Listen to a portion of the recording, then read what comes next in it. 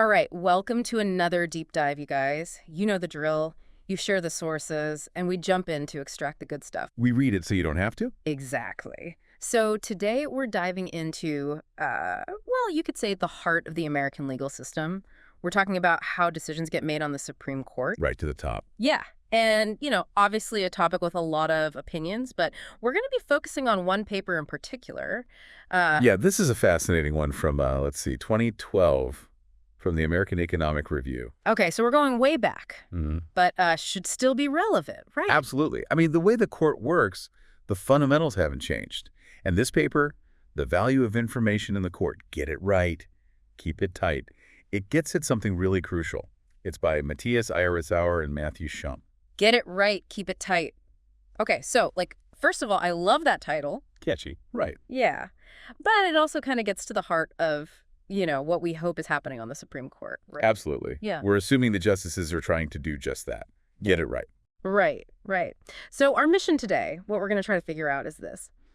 When a case comes before the court, how much do the specifics of that case really matter? Like the facts, the arguments presented, how much do those actually sway the justices versus, their own long-held beliefs, their ideology? It's the age-old question, isn't it? Yeah. How much is a judge's decision influenced by their personal views versus the law? Yeah, exactly. Are they truly evaluating each case on its merits, or are they just kind of voting along ideological lines, like a predictable block? So what we're really digging into is what's the value of information in their decision-making? How much does it actually matter? And this is where Justice John Stevens' confirmation hearing comes in.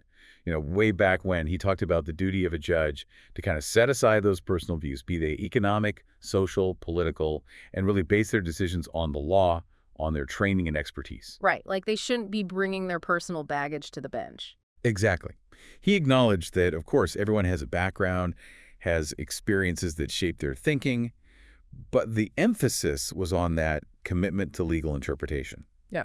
And this paper gets at that tension, that push and pull between personal beliefs and, well, supposedly objective analysis of the law. Okay, so, let's be real for a second. When most people think about the Supreme Court, it's hard not to fall into the trap of seeing it as this, ideological battleground, right? Yeah, we all do it. Conservatives versus liberals, the left wing, the right wing. Exactly. And the article even points out, if we look at the Roberts Court from 2006 to 2009, you had justices like Roberts, Scalia, Thomas, Alito, kind of seen as the conservative bloc. Then Kennedy and O'Connor, maybe more in the middle, moderates. And then on the other side, Stevens, Ginsburg, Breyer, generally considered the liberal wing. It's almost like, trying to predict a baseball game based on which team has the stronger lineup. Right. You look at the players and make assumptions about how they perform. Exactly. But, as the article emphasizes, focusing only on this kind of ideological lineup, it really oversimplifies the whole thing. Being a Supreme Court justice is not just about voting you're on a team. There's this whole other aspect, right? Absolutely. It's about engaging deeply with each case, really understanding the facts, the nuances, the legal arguments.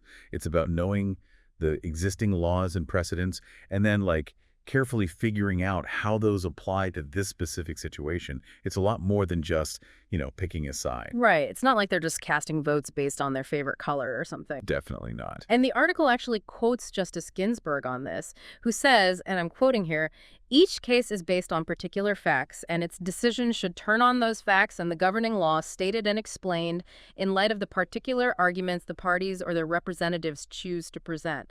She's really highlighting how important the actual information presented in each case should be. Right. It's not just about your gut feeling or your general philosophy. It's about the specifics. And this is why, we see so much scrutiny over Supreme Court nominees, their qualifications, their background.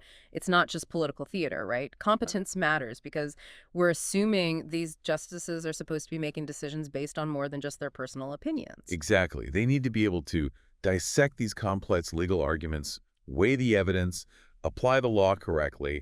It's about ensuring they have the tools to do that job, to make decisions that are well-informed and legally sound. Okay, so we've talked about this common idea that it's all about ideology.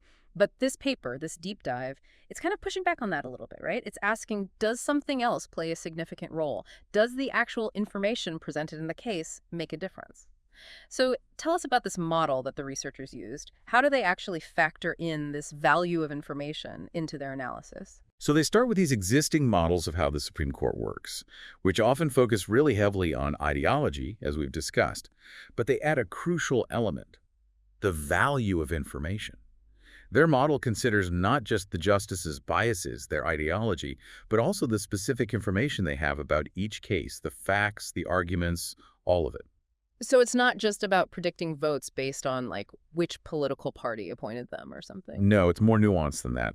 And importantly, the model also accounts for the justice's skill in connecting the details of the case to the law. Remember Justice Stevens talking about expertise and training? This model tries to capture that element as well. Okay, so it's getting more complex, trying to account for more than just political leanings. So what's the big question this model is trying to answer? What are they really trying to figure out about the impact of this information? The central question is this. Does the information presented in a case, those facts, those arguments, does it have enough weight to actually change a justice's mind? Can it overcome their initial leanings, their pre-existing biases and ideologies? Can the specifics of a case actually make them vote in a way that maybe goes against what you might expect based on their general philosophy? That's really interesting. It's like, are they capable of being persuaded by the details, or are they just going to stick to their guns no matter what? So how do they even measure that? How do they figure out to what extent these justices are putting aside their personal views and actually basing their decisions on the legal information in front of them? This is where the model gets really cool. The researchers created a framework to analyze how the Supreme Court votes, and they basically work backwards to try to figure out the relative influence of ideology and information. Their starting point is this assumption. In each case, every justice is trying to reach a decision that aligns with how they think the law applies to the facts of the case. So the baseline is that everyone's trying to do their job to get it right, even if they have different perspectives, different ways of seeing things. Exactly. They're all trying to apply the law as they understand it. Now, the model then introduces this idea of residual uncertainty in the meaning of the law. Okay, residual uncertainty. Break that down for me. Basically, it means that even with all the existing laws, all the precedents, real-world cases often present unique situations, right? Things that aren't perfectly clear-cut. There's this gap between the existing legal framework and the new factual situation. So it's like the law can't perfectly predict every possible scenario. There's always room for interpretation. Exactly. And this gap, this need for interpretation, it creates this residual uncertainty. It's why you might have justices disagreeing on a case, because they're each trying to fill in that gap to figure out how the law applies to this specific situation. Right. It's in those gray areas where interpretation is needed that you really see the interplay between their initial beliefs and the information presented in the case. So according to this model, what are the things that contribute to these differences in how justices understand and rule on a case? The model points to a few key things. First, there's what they call idiosyncratic thresholds of proof. It's a mouthful, but basically it means that a justice's ideology influences how much evidence they need to be convinced one way or the other. So, like a justice with a certain leaning might need more proof to rule against that leaning, even if the facts are kind of pointing in that direction. Exactly. They have a higher bar for being convinced. Second, there are variations in how each justice uses the information they have. They all see the same case materials, but they might focus on different aspects, interpret them differently. Right, like they're highlighting different passages in the same book. Exactly. And finally, there are differences in the justice's abilities to analyze that information, to connect those dots between the case and the law. It goes back to that idea of skill and expertise that Justice Stevens talked about. Okay, so you've got these different starting points, different ways of using the information, and different levels of skill in applying it. That all makes sense. Now, how does the model actually work in practice? Like, what are the mechanics of it? So the model says that before making a decision in a case, each justice gets a private signal. A signal, like a secret message or something. Kinda, yeah. Think of it as their individual understanding of how the law applies to the specific details of this case. It's based on their review of all the evidence, the arguments, everything. Now, the precision of this signal is super important. They use the Greek letter theta to represent this. And precision basically means how well a justice can connect those unique facts of the case to the broader meaning of the law. So a high precision signal means they have a really clear understanding of how the law applies to this specific situation. Exactly. Like, they've got a high-resolution picture of the legal landscape for this case. They can see how all the pieces fit together. Now, when that signal is super precise, it can actually override their bias. Oh, interesting. So even if they have a strong leaning one way or the other, if the information is clear enough, it can sway them. That's what the model suggests. But, of course, it's not always so clear-cut. When that signal isn't perfectly precise, when there's some fuzziness, that's where ideological biases, which they represent with the Greek letter pi, can have a bigger impact. In the model, they think of this bias as a threshold. A threshold, like a line in the sand they have to cross. Yeah, exactly. A justice will only vote for the plaintiff if their private signal that their understanding of the case tells them there's at least a certain probability that the law favors the plaintiff. And that probability, that threshold, that's their pi. Okay, so pi is like their internal standard, their level of certainty required before they'll vote a certain way. Exactly. And the interplay between this precision, theta, and their bias, pi, that's key. If they have high precision, a really clear understanding of the law, the right legal outcome becomes more obvious, and that can overcome their bias. But if they have a strong bias, if their pi is really high or really low, it means they're more likely to stick to their guns, even if the evidence might be pointing in a different direction. So it's like a tug of war between the information and their pre-existing beliefs. Exactly. Now, in extreme cases, if their pi is very close to 0 or 1, it basically means they're voting almost purely on ideology. It's like they've already made up their mind before even hearing the case. Basically, yeah. On the flip side, if every justice had a pi of 0.5, Yeah. it would mean they're completely unbiased. They're just trying to find the right answer based purely on the information. Right, like a perfect objective legal machine. Okay, so that explains how the model works. Now, how do they use it to measure this value of information? Is there like a specific metric they came up with? Yes, they have this great metric called FLEX. It stands for the probability that a justice votes differently than they would have if they hadn't seen the specific information of the case. So FLEX is basically measuring how often the information actually changes their mind compared to just voting based on their initial gut feeling. That's a great way to put it. It tells us how often that clear picture of the law in a specific case actually outweighs their initial ideological leanings. Okay, so what did they find? What's the actual value of information they uncovered? Their findings suggest that there's a pretty big value of information. They found that in roughly 44% of cases, the justices' initial leanings, the ones based on their beliefs and ideology, get changed by the information they see in the case. Wow, almost half the time. That's way more than I would have guessed. It seems like the specifics of the case really do matter quite a bit. But does this value of information stay the same over time? Has it changed as the court has evolved, as the political climate has changed? That's a really important question. And the researchers looked into that, examining how these FLEX scores have changed over time. They connect this to the whole debate about the politicization of the Supreme Court, which many argue has increased a lot, especially in the last 25 years or so, after the nomination of Robert Bork in '87. Right, that was a big turning point. It seems like that's when things get a lot more partisan. So what did the FLEX scores tell them about this? Did they see a decrease in the value of information after that point? Well, the findings are kind of interesting. When they looked at different types of cases and different eras of the court, the Warren Court, Burger Court, Rehnquist Court, and Roberts Court, they found some distinct patterns.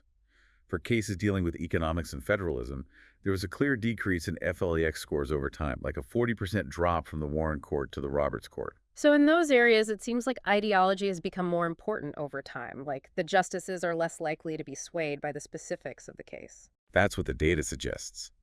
But for cases involving basic rights and criminal issues, the trend was a little different. They only saw a big drop in FLEX scores during the Rehnquist and Roberts courts, around 20% and 16% respectively. Okay, so for those cases, the decline in the value of information really started in the last couple of decades. Yeah, it seems like the increased politicization really became pronounced in those areas, those really core areas of law during that more recent period. Interesting. It's not a uniform trend across all types of cases.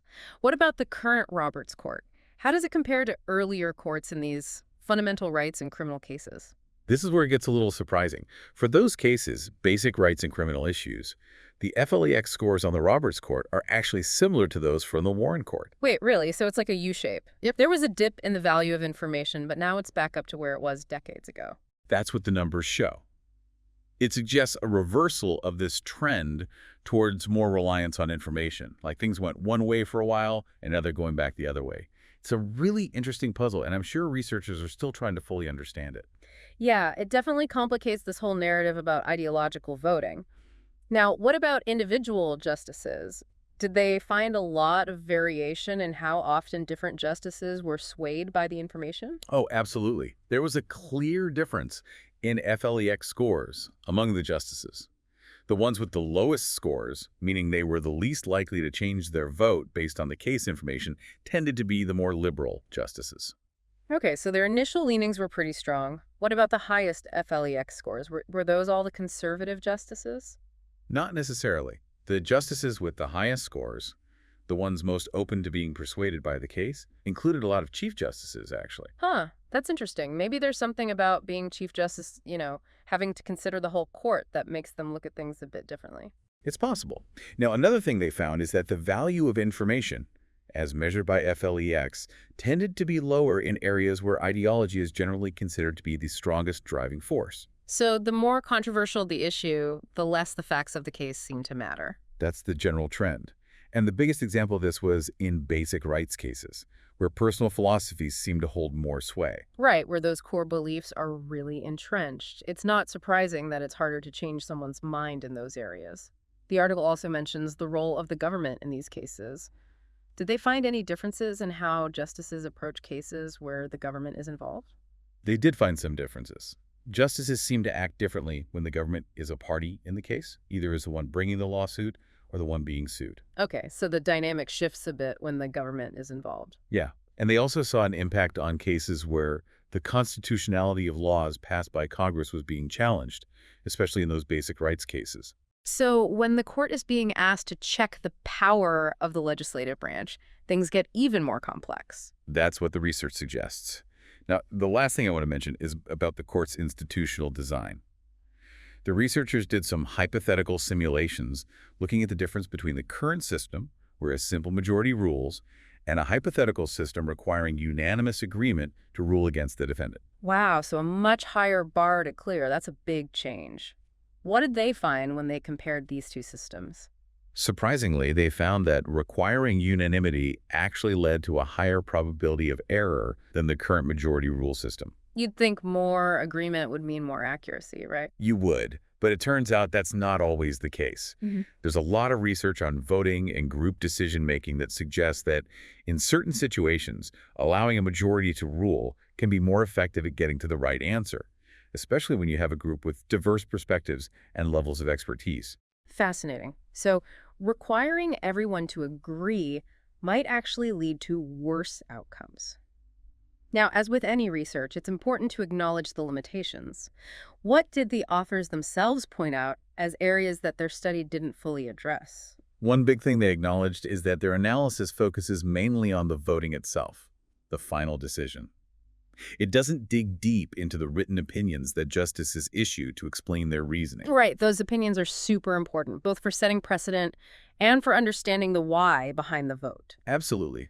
Those opinions have long-term consequences, shaping how the law is interpreted in the future. The authors recognize that modeling that whole process, how opinions are written, who writes them, that's a whole other can of worms, a potential area for future research. Yeah, it's a reminder that there's always more to explore. So to wrap things up, what's the key takeaway from this deep dive into the Supreme Court? What should we as listeners remember about how this all works? I think the big takeaway is that while we often focus on the ideological battles on the court, the actual information presented in each case does play a role, sometimes a big role, in how justices make decisions. It's not just about pre-existing beliefs. But the influence of information isn't constant. The research suggests that in recent decades, especially in highly charged areas of law, the impact of case-specific information might have decreased, and that's definitely something to think about in light of all the debate about the court's politicization. Right, and that decrease wasn't a straight line. We saw some interesting fluctuations depending on the type of case and the era we're talking about. So here's a question for everyone listening. What are the implications if the value of information on the Supreme Court is indeed decreasing, especially in certain areas? How should that affect how we evaluate potential justices and how we think about the court's role in our society? Does a court where ideology is more dominant function differently than one where the details of each case carry more weight? These are big questions, and they're worth pondering. If this deep dive has sparked your interest, I highly recommend checking out the original article by Iaryczower and Shum. There's so much more to uncover about this fascinating and crucial aspect of our legal system. Thanks for joining us for this deep dive. We hope it's giving you a new perspective on the inner workings of the Supreme Court. Keep those questions and sources coming, and we'll catch you next time.